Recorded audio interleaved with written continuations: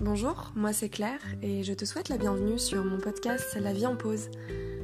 Tu trouveras ici mes témoignages et mes réflexions sur des thématiques variées telles que l'hypersensibilité, l'entrepreneuriat, la neurodiversité, la douance, le syndrome d'Asperger, etc. Le développement personnel, la créativité. Autant de sujets qui, moi, me passionnent et j'espère t'apportera des réponses à toutes ces milliards de questions que tu peux te poser.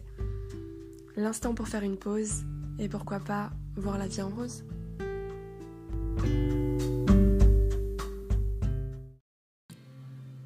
Bonjour à tous. Alors aujourd'hui, suite à mes podcasts sur l'hypersensibilité, d'ailleurs vaste sujet, je pense que je referai des podcasts sur cette thématique parce qu'il y a vraiment beaucoup de choses à dire. J'ai essayé d'être la plus concise possible. Là aujourd'hui je voudrais un petit peu aller dans cette continuité et vous parler de l'intuition versus l'analyse. Alors pourquoi je l'ai appelé comme ça ce podcast, c'est que en fait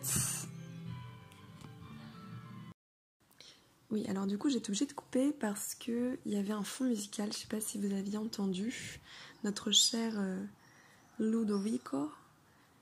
Et voilà, du coup, ça prenait un peu toute la place, j'arrivais pas du tout à me concentrer, donc il a fallu malheureusement que je stoppe la musique. J'écouterai plus tard. Alors, l'intuition versus l'analyse. Pourquoi je vous parle de ça ? Parce que déjà, ça me concerne. Alors c'est vrai que je parle, dans ces podcasts, je parle de mon expérience parce que je ne peux pas parler pour quelqu'un d'autre, donc c'est beaucoup plus simple en fait de parler de cette façon-là, de mon vécu, comment je ressens les choses. En fait, je me sens comme quelqu'un qui est dirigé, animé par ses ressentis, comme vous avez pu entendre dans le tout premier podcast, je crois, dans le deuxième podcast sur mes ressentis. Après, je suis partie donc sur le sujet de l'hypersensibilité. Effectivement, je suis guidée par mes ressentis, mes émotions, par tous mes capteurs grands ouverts, donc tous mes sens. Je parlais d'hyperactivité, d'hyperesthésie, hypersensibilité, hypersensitivité, hyperémotivité, hyper-empathie, enfin bref. Je sais que je suis branchée comme ça et que ça prend quand même beaucoup de place dans ma vie. Or, je connais en fait, je prends conscience de ça que depuis peu. J'avais conscience que j'étais sensible, bien entendu, j'avais conscience de à peu près comment je fonctionnais, mais sans mettre de mots, et en me disant que j'étais comme l'image qu'on me renvoyait, donc trop excessive, trop sensible, donc il fallait que je corrige ça, donc je me cachais beaucoup, vraiment beaucoup. Et j'ai aussi en fait, ça qui est, je trouve, dangereux entre guillemets, et pour des personnes comme nous, mais je pense pour tout le monde aussi,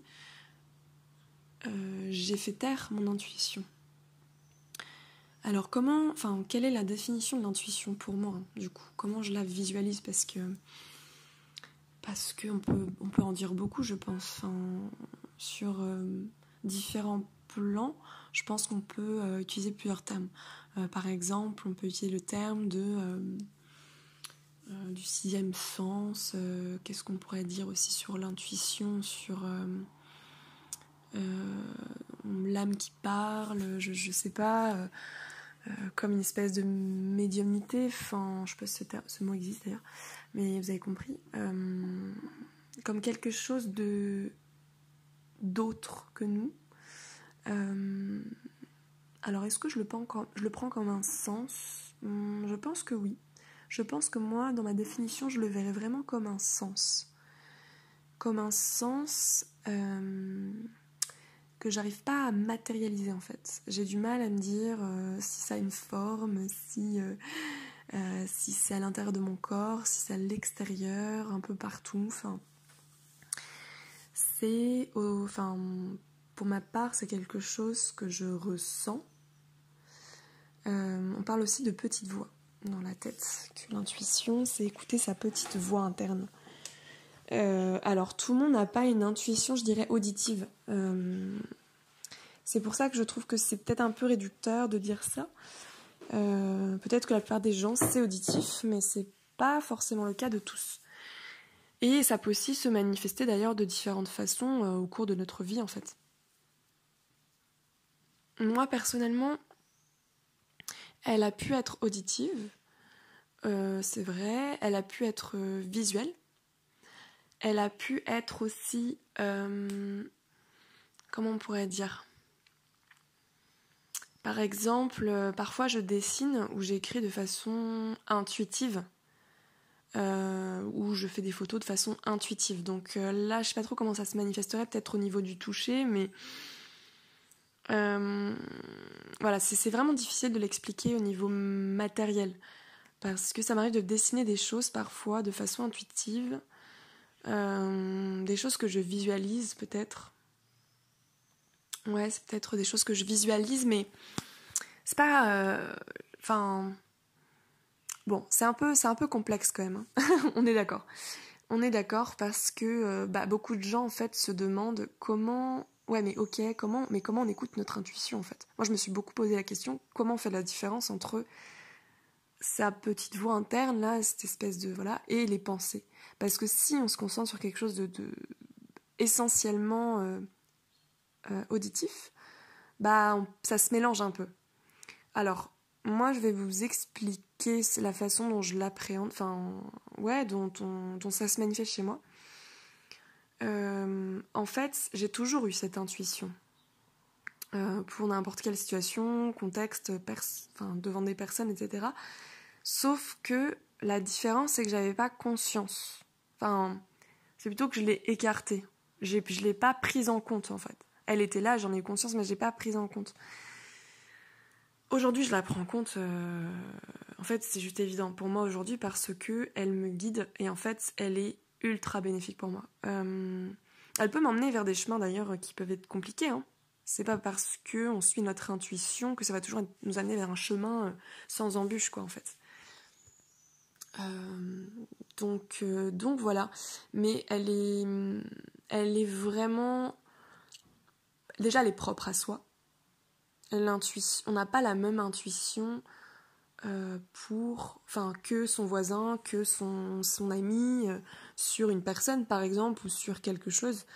On va pas avoir la même intuition parce que l'intuition est propre à nous.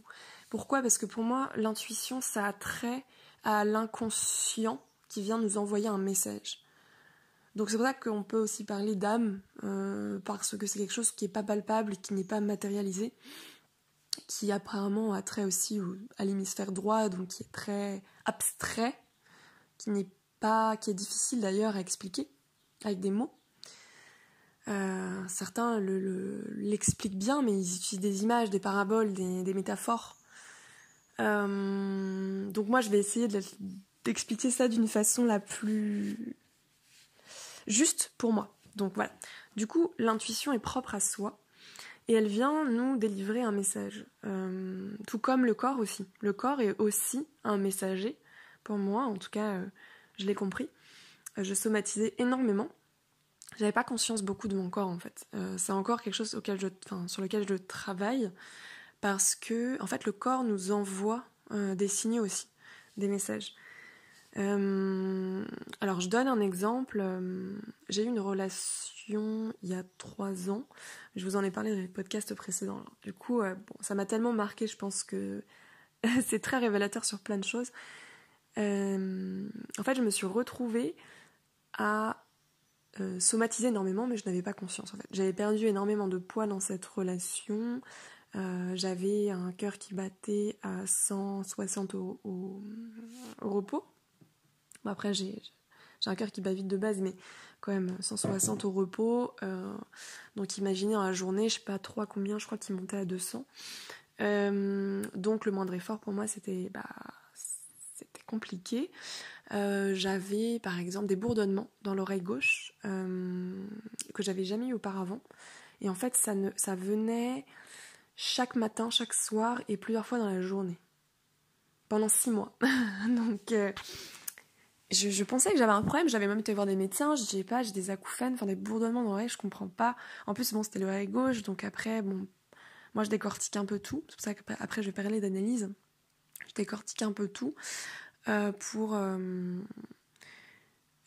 essayer un petit peu de comprendre en fait pourquoi. Parce que je sais que après bon, chacun a ses croyances, etc. Mais je sais que le côté gauche du corps, c'est plutôt lié à son... peut-être à son âme, je ne sais pas, mais à son soi profond, à quelque chose qui nous guide en fait. Donc quelque chose d'inné, on va plus parler de l'inné, du naturel, du soi. Alors que du coup la partie droite de son corps serait l'acquis, tout ce qu'on apprend, en fait l'apprentissage, les conditionnements, l'environnement, tout ce qui a trait au social, etc. Donc en fait on en parle beaucoup de ces différences-là dans par exemple en morphopsychologie, je ne sais pas si vous connaissez, donc aussi dans la communication du coup non verbale, les micro-expressions, tout ça.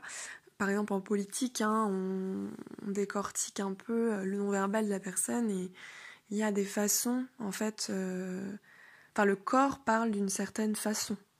Voilà. Et du coup, ça veut dire certaines choses, etc. Mais c'est vraiment des fois des micro-expressions, quoi. Enfin bref. Du coup, j'ai perdu le fil, j'adore. Non mais je me perds tout le temps, je suis désolée, je fais beaucoup de parenthèses. Après, si tu m'écoutes, c'est possible que tu sois comme moi, donc que tu me comprennes. dans ces digressions sans cesse. Voilà. Donc je vais essayer de rassembler mes idées. Je parlais de quoi ? Alors je vais mettre une pause, ça va être plus simple. Alors du coup, voilà, j'en étais là. Donc je disais que le corps nous parle et le corps est un messager. Autant que l'intuition qui pour moi relève un petit peu de... Ouais, on dit qu'il y a l'esprit, l'âme et le corps. Alors peut-être que du coup c'est espèce de... Voilà, entre le mental, l'âme, donc ce qui a trait peut-être à la spiritualité aussi, l'intuitif, l'abstrait et le corps. Enfin, pour moi, c'est une espèce de comment on appelle ça, de trinité là. Après, je sais pas, je me suis pas renseignée là-dessus, mais il y a vraiment une espèce de... Tout va ensemble en fait. Et si par exemple dans notre tête, dans notre esprit, on n'est pas capable d'entendre certains messages, parce qu'on est brouillé, parce que c'est le bazar, etc., on va dire que le corps ou l'intuition prend le relais, ou les deux en même temps. Enfin, voilà. Moi, c'est exactement ce qui s'est passé. Je tombais sur une relation toxique, très, très toxique, et en fait, mon intuition, dès le début où j'ai vu cette personne, je vais vous dire ce qui s'est passé, même pendant les écrits en fait, parce qu'on était j'étais sur une application, j'ai parlé avec cette personne pendant je crois une semaine et j'ai senti qu'il y avait vraiment quelque chose qui se passait.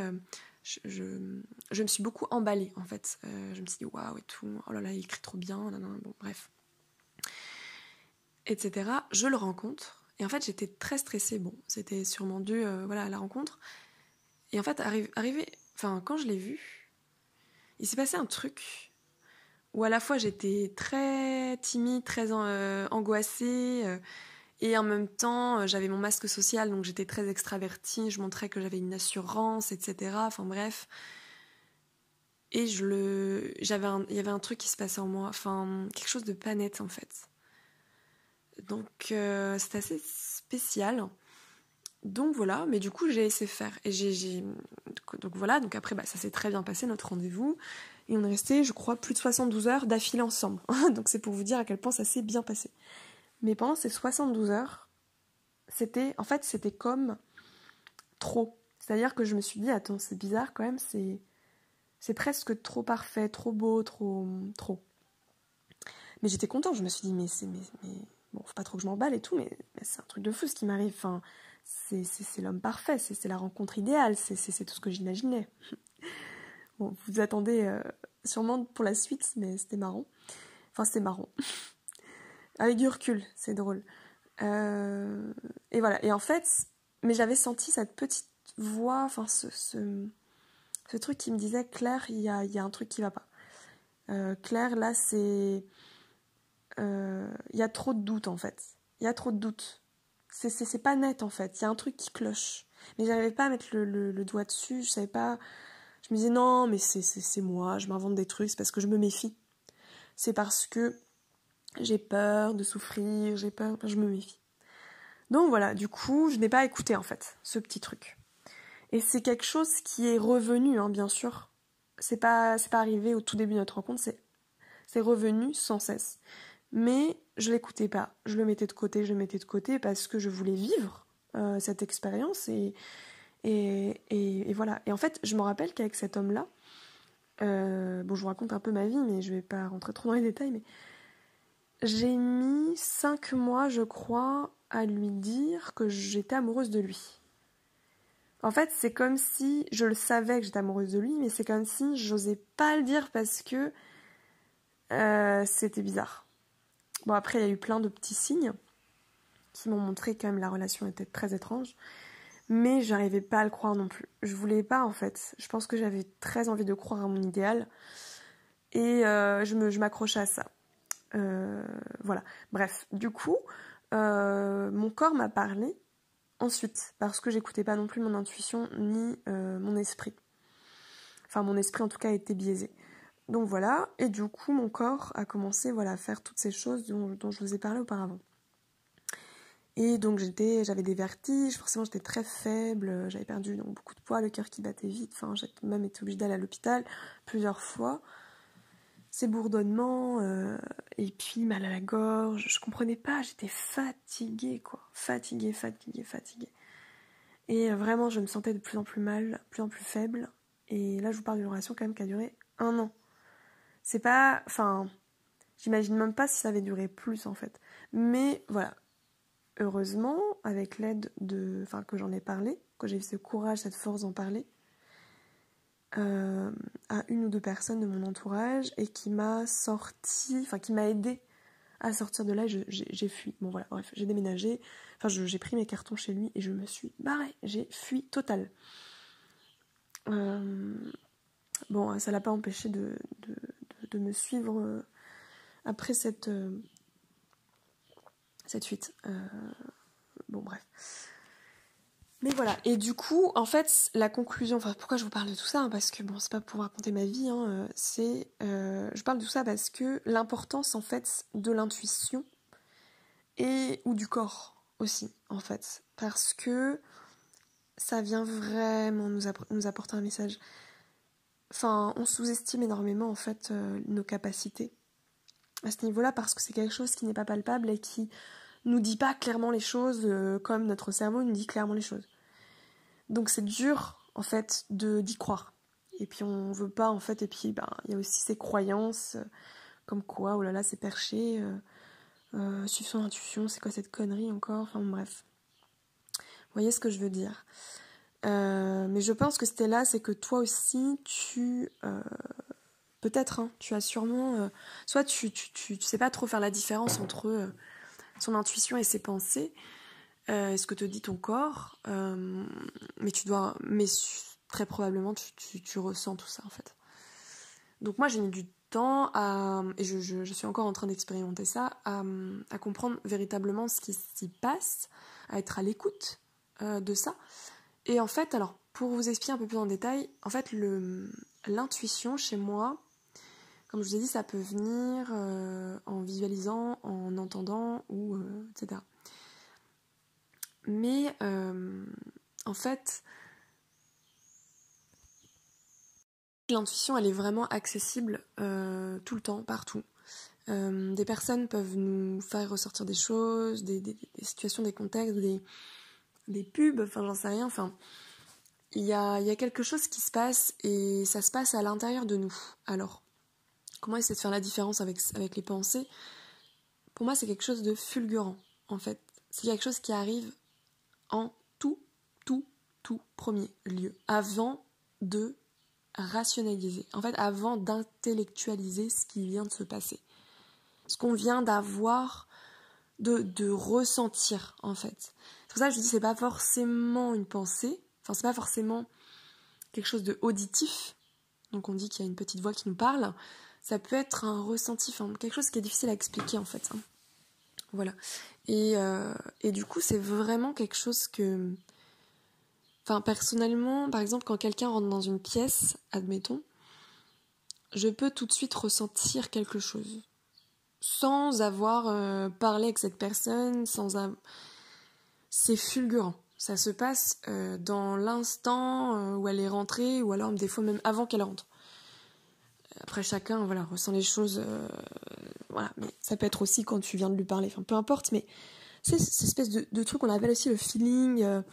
Il y a des gens, c'est pas parce qu'ils sont méchants ou cons, ou je sais pas, enfin... des fois ça passe pas au niveau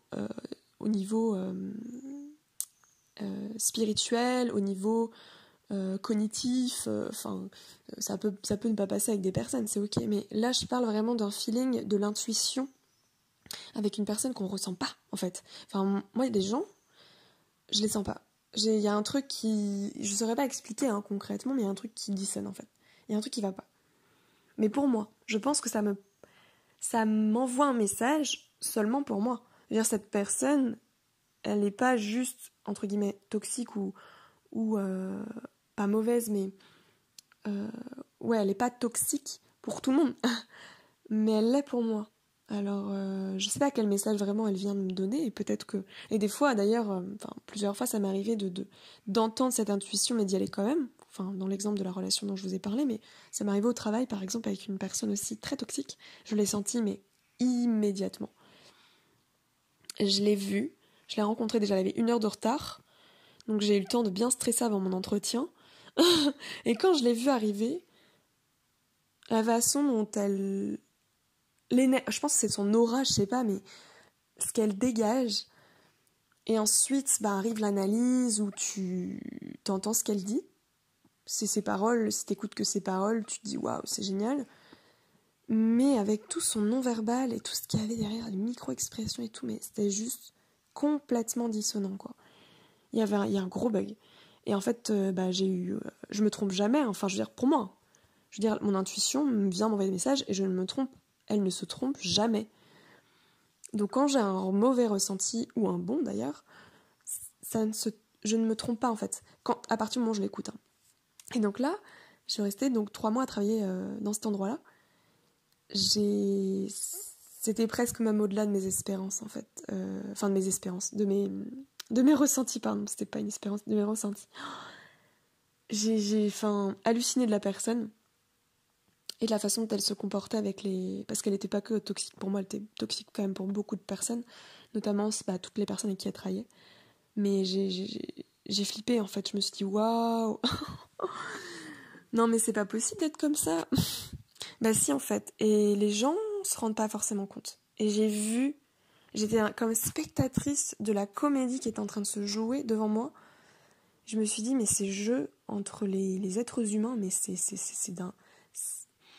Waouh. Je sais pas, j'ai pas les mots quoi. Et en fait c'est vraiment à partir de ce moment-là, donc ça c'était il y a 1 an et demi, à partir de ce moment-là que ça a été, je crois, la dernière personne qui a eu le pouvoir sur moi. Parce que j'ai vraiment pris conscience de ce qui se passait. Il fallait juste que j'écoute mon intuition. C'est pas facile d'être face à ça parce qu'on ne peut pas vraiment l'expliquer. Donc voilà. Bon, ensuite, là j'ai parlé beaucoup de l'intuition et je peux vous parler maintenant de l'analyse. Pourquoi je mets versus l'analyse? Parce que je pense que vous avez compris un petit peu dans ce que je vous ai dit, c'est qu'il y a ce côté très intuitif, donc j'ai envie de dire un peu... j'aime bien l'imager, le découper un peu comme ça, mais bon, le côté un peu hémisphère droit, donc cerveau droit, cerveau gauche, comme on appelle, qui communiquent ensemble, encore une fois, bien entendu, et qui ne sont pas séparés, hein. Ils sont en relation l'un et l'autre. Mais en fait, ce cerveau droit, qui est plus abstrait, intuitif, émotionnel, enfin pas créatif parce que il y a enfin, j'en ai parlé dans mes autres audios, mais le processus créatif utilise vraiment les deux hémisphères, mais plutôt artistique, voilà, parce qu'il y a un côté sensibilité, émotionnel, intuitif, etc. Bon, spirituel, enfin je sais pas, voilà. En tout cas, ça se passe plus dans ce cerveau droit versus le cerveau gauche qui, lui, vous le savez peut-être, voilà, est plus rationnel, pragmatique, très analytique, linéaire, enfin bref, voilà.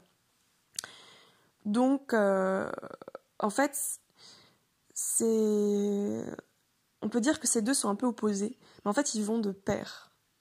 En fait, c'est comme, moi je vois ça comme un pôle, enfin imaginez la Terre avec le pôle Nord et le pôle Sud, mais ils font partie du même ensemble qui est la Terre. Voilà. Et du coup, moi je vois ça comme ça. C'est comme une pièce, voilà, il y a une pièce, il y a le face, pile ou face, mais ça fait partie de la même pièce. Donc voilà. Et du coup, je pense que l'un est aussi important que l'autre. Mais pourquoi je vous parle de cette analyse ? Parce qu'en tout cas dans mon cas, c'est l'intuition et on va dire ma base, mon moteur, ma façon de percevoir le monde, mes ressentis et tout, et l'analyse est chez moi très poussée. Alors je m'explique. En fait, comme je vous ai dit un peu tout à l'heure par rapport au corps, etc., j'analyse tout sans cesse. Mais je ne fais pas exprès, en fait. Genre, je fais pas exprès. Je pense qu'il y a une partie de moi qui aime ça, analyser. Mais je pense qu'il y a aussi une partie... Enfin, je pense que j'ai développé ça depuis petite par protection. Peut-être, enfin, bon, après, c'est mon analyse du coup là-dessus, mais peut-être par protection. Protection de mon environnement, d'essayer de comprendre, parce que depuis toute petite, de toute façon, on pourrait m'appeler la petite philosophe, hein, je me pose des milliards de questions, je suis très curieuse et je vraiment, voilà, vous voyez l'enfant, pourquoi, bah, moi c'est ça, mais je l'ai pas changé, en fait, j'ai toujours été comme ça, voilà. Et ça peut être très énervant pour l'entourage, et pour moi-même aussi des fois. Non, en vrai, j'adore ça. Et voilà, et du coup, cette analyse, elle est surtout et constante en fait. Vraiment, c'est automatique. Donc il y a cette intuition et bim, arrive l'analyse où je décortique tout. Il n'y a pas de juste milieu. En fait, il n'y a pas de... J'arrive pas à être... je suis soit dans l'un, soit dans l'autre. Et les deux se rejoignent, forcément je fais des liens. Mais je suis rarement dans le milieu et j'ai l'impression qu'à la plupart des gens, je sais pas comment vous le visualisez vous, sont au milieu. Ils vont pas être dans l'extrême...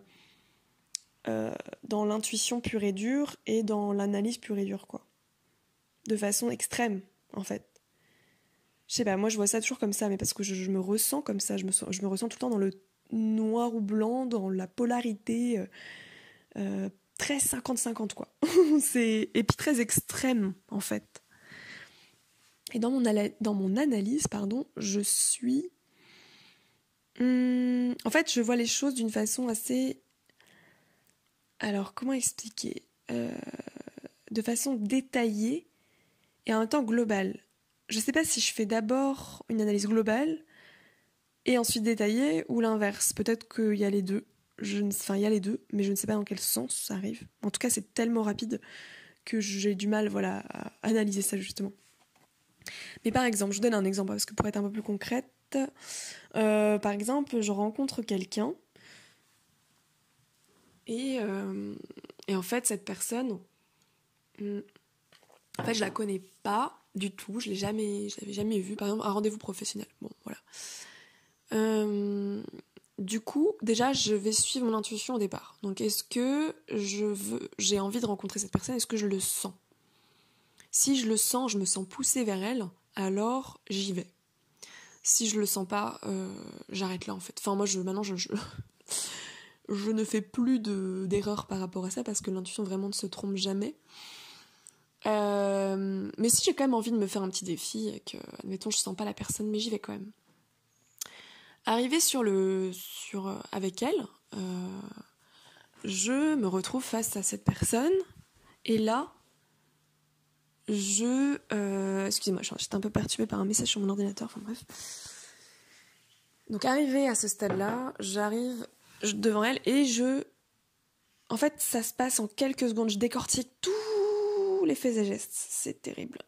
Des fois, en fait, c'est ça qui est épuisant aussi parce que...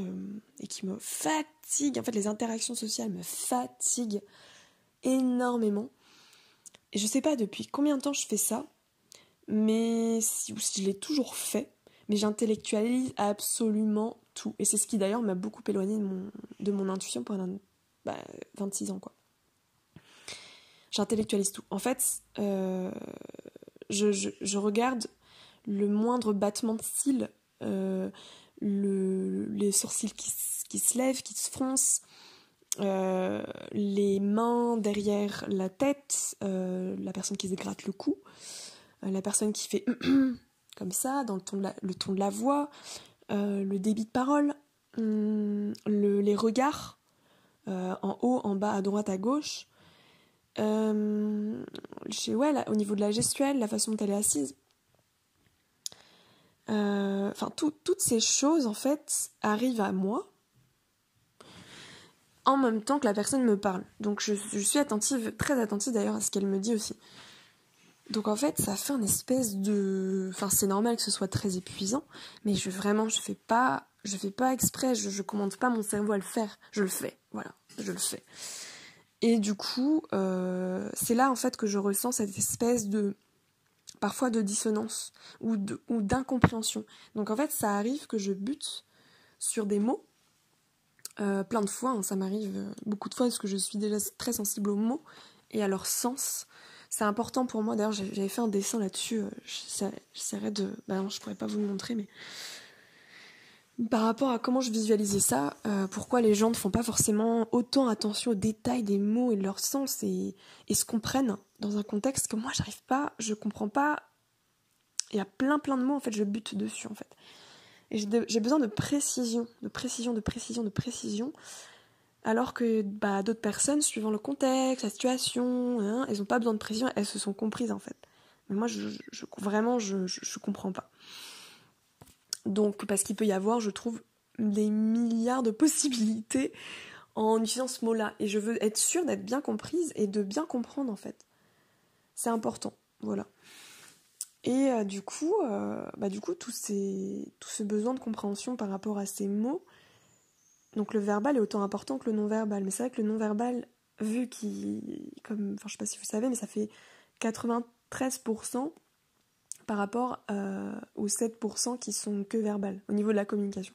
Donc communication verbale 7%, communication non-verbale 93%. Donc, autant vous dire, c'est comme l'image avec l'iceberg, là. La partie immergée, là, l'espèce d'inconscient, il est hyper... c'est un truc de dingue, en fait. Et du coup, moi, j'essaie de comprendre un peu tout ça parce que ça nous envoie des messages aussi, en fait. Donc, je le fais de façon naturelle. Après, j'ai aussi fait beaucoup de recherches sur ce sujet pour essayer de comprendre un peu plus. Donc, j'avoue que j'ai creusé le sujet pour vous expliquer rapidement mon parcours. J'ai fait des études en communication alors que j'étais une timide extrême, on appelle ça timide maladive, j'aime pas trop ça, mais bon, en fait c'est vrai, j'avais énormément de peur et de phobie à l'époque, j'étais très très très très timide, très très peu d'estime en moi, et arrivé à la fac, voilà, j'ai choisi ces études-là juste parce que ça se rapprochait de la photographie, bref, alors que rien à voir, mais je vous raconterai peut-être plus tard un peu mon parcours parce que c'est assez chaotique, un peu à tous les niveaux. Mais et l'importance du coup de savoir aujourd'hui un petit peu tout ce que je vous explique en fait. Tout ce fonctionnement dans la tête, là. Qu'est-ce qui se passe en fait? Et dans la tête, et pas que. Qu'est-ce qui s'y passe? Et pourquoi on se sent si mal en fait, et autant en décalage. Voilà, ça me paraît hyper important de vous le partager. C'est pour ça que je fais tous ces podcasts qui sont totalement libres et sans intérêt. À part mon seul intérêt, c'est de vous le partager et d'avoir votre retour. Parce que votre retour d'expérience aussi. voilà, et du coup je me suis encore éparpillée, j'adore. Ouais, donc je parlais de mon parcours. Je vais y arriver, j'étais obligée de couper encore une fois. Je parlais de mon parcours et en fait c'est vrai que j'ai fait des études en communication pendant du coup 3 ans. Ensuite j'ai bossé dans le domaine. Ensuite j'ai fait du recrutement, donc tout ce qui était quand même aux ressources humaines, au social. Ouais, je me suis beaucoup cherchée, hein. J'ai travaillé aussi en parallèle de mes études dans la vente, dans le commerce, dans le service. Mais genre, alors que j'étais hyper timide. Et j'avais vraiment peur des gens, en fait. Enfin, pas peur dans le sens, mon Dieu, c'est un danger, ils vont me tuer. Mais j'étais mal à l'aise, en fait. Très, très, très mal à l'aise. Et en fait, toutes ces années, pendant 10 ans, du coup, j'ai fait ça. Je me suis comme dépassée. Je pense que c'était nécessaire avec du recul. Je me dis, mais waouh, quel parcours, en fait. Je me dis, mais incroyable. Franchement, j'applaudis la Claire du passé. Je me dis, ouais, parce que franchement, bravo d'avoir eu cette force de se dépasser et d'aller comprendre en fait tous ces mécanismes qui m'empêchaient de bien vivre et de bien comprendre mon entourage. Donc après, j'ai repris des études plus tard pour être conseillère en images, consultante en images, et donc dans une école, et là ça a été des grosses, révélation sur révélation sur révélation, et dans ce cursus il y avait des petits bonus de cours que j'étais passionnée. Donc il y avait des cours sur l'énéagramme, qui est un outil de développement personnel, de connaissance de soi, je sais pas si vous connaissez. Il y avait des cours sur la morphopsychologie, donc tout ce qui a trait, les profilers par exemple, ils utilisent en fait ces outils-là. Et ça demande d'ailleurs, je crois, plus de 3 ans d'études de spécialisation en morphopsychologie pour vraiment connaître tous les trucs. Nous, on a eu 3 jours de cours, donc j'y connais rien véritablement, mais j'ai les bases, des petites bases. Ça m'a permis quand même de comprendre beaucoup de choses. Et en fait, c'est sur l'étude du visage, les expressions du visage. Non, attends, je dis des conneries, mais c'est connaître un peu sa personnalité par les traits du visage. C'est pas les expressions, c'est les traits du visage. Bref, c'est toute l'analyse par rapport à ça, et comme quoi le corps et le visage en dit beaucoup, beaucoup, beaucoup sur nous, et sur nos expériences, sur la façon dont on pense, sur notre personnalité. C'est incroyable, c'est hyper intéressant. Bref, je vous invite vraiment à vous renseigner là-dessus, c'est passionnant. Et ensuite, je suis allée sur le domaine... et oui, donc il y a eu des cours aussi sur la communication non-verbale. J'ai aussi fait des cours sur la communication non-violente, que des trucs comme ça la PNL, tous les trucs qui... Comme si j'avais en fait besoin de comprendre ce qui se passe, parce que c'est des choses que que je saisis pas naturellement. Et qui sont tellement compliquées pour moi que du coup j'ai cherché à avoir la vie un petit peu plus simple. Et donc c'est ce qui fait aussi aujourd'hui que j'analyse encore plus qu'avant, évidemment, par biais, ouais, parce que j'ai appris toutes ces choses, donc en fait maintenant c'est là, mais ça m'aide en fait aussi, cette analyse, elle me fatigue certes, mais elle m'aide beaucoup plus qu'auparavant où je sentais qu'il y avait un truc mais j'arrivais pas à mettre de mots. Là maintenant, je sens qu'il y a un truc mais je sais pourquoi. Je sais pas ce que la personne pense, je suis pas non plus à ce point de savoir exactement ce que la personne elle pense. Mais du coup, je comprends qu'il y a un truc qui cloche. Après, alors, du coup, faut que je fasse attention aussi, je sais pas si ça vous est déjà arrivé, mais du coup, il y a une espèce de surinterprétation aussi. Et ça m'arrive encore, j'ai encore beaucoup de mal parce que aujourd'hui, j'arrive à un stade, du coup, c'est pour ça qu'il faut que j'arrive à faire un peu le tri, de surinterpréter.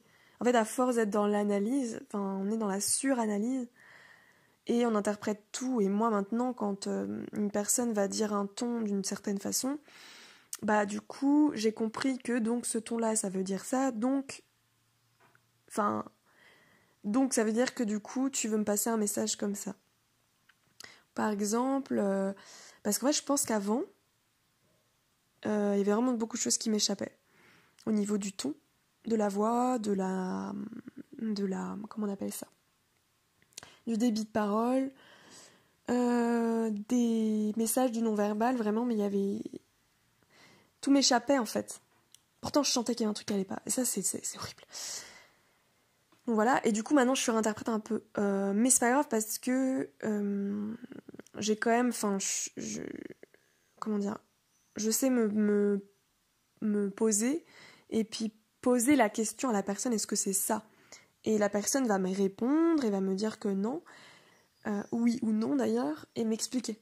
Donc effectivement, des fois, je surinterprète. Par contre, il y a quelque chose qui est intéressant aussi là-dedans, c'est que depuis toujours, et encore plus aujourd'hui, je dirais peut-être parce que je suis plus attentive, je perçois des choses chez les gens qui n'ont même pas conscience. En fait, c'est pour ça que du coup, quand je parle de choses, ils me disent « Non mais attends, tu délires, c'est pas du tout ce que j'ai dit, non. » Et en fait, 6 mois après, ou je sais pas, ou 2 semaines après, ou 1 an après, ou j'en sais rien, ils vont me dire « Mais en fait, Claire, tu sais, tu m'avais parlé de ça.